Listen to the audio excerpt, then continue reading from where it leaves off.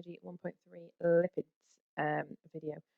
I have tried to really summarize this into kind of the detail that you really need to know and the detail that is included in the exam questions, because I know that this topic is the specification for the lipid section. If you want to pause and have a little read, then please. Okay. So we're going to start with fatty acids, which are a type of lipid. Now, fatty acids are made of this carboxyl end here, which is made up of a COOH or COOH. The carbon always has a double bond to the oxygen and a single bond to the OH or the hydroxyl group. So this carboxyl group, and attached to that is this hydrocarbon chain, which is made up of hydrogens and carbon, hence the name hydrocarbon. So this here is a fatty acid, carboxyl group, hydrocarbon chain. This is a saturated fatty acid, and the reason it's a saturated fatty acid is because it has only single bonds between your carbon molecules. An unsaturated fatty acid has double carbon bond within the chain somewhere. The double carbon bond means that each of these carbons has 4 bonds. So it's got 1, 2, 3, 4 on the double bond. So it doesn't have a hydrogen here because carbons can only have a maximum of 4 bonds. So therefore it's unsaturated. So unsaturated means that there aren't hydrogens all the way around that chain. The double bond also forms a kink. So 2 different types of fatty acid: saturated, unsaturated with a double bond. You can see that they both still have this carboxyl group at the end, the COOH group.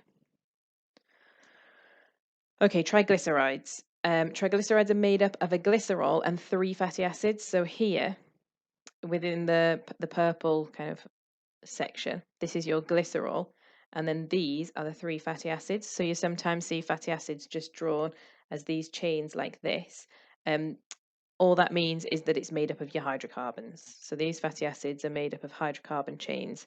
This is your carboxyl group at the end.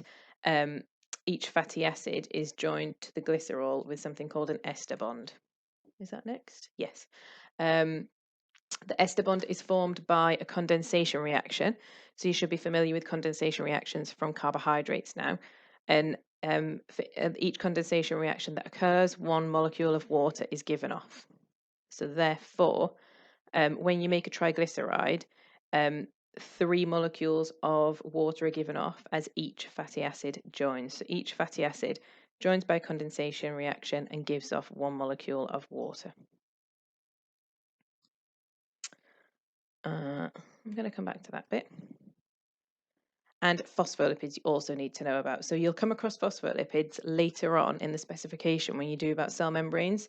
And then if this doesn't make complete sense to you now, hopefully it'll all kind of fall into place when you do that cell membrane topic. So the cell membrane is a double layer. You can see here, this is one phospholipid. You can see that there's lots of phospholipids here, and there's another layer of phospholipids here. So we say that they're a bilayer. So bi refers to 2, and obviously layer, so we've got 2 layers of phospholipids that make up the cell membrane. Phospholipids are made up of a glycerol, 2 fatty acids, and a phosphate group. So you can see that there's only 2 fatty acids on your phospholipid, whereas you had 3 on the triglyceride.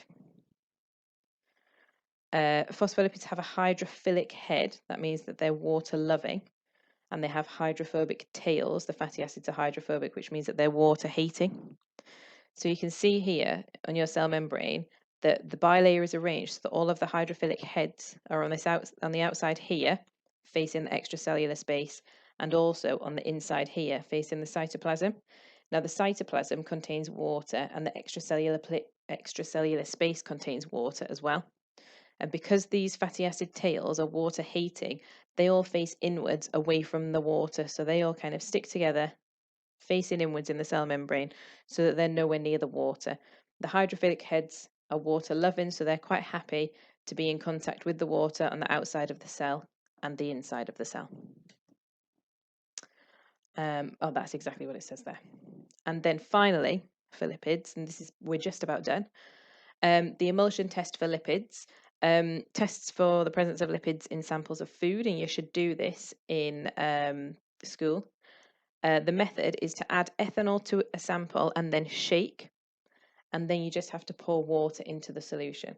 And a positive result would be a milky emulsion, like a cloudy white emulsion.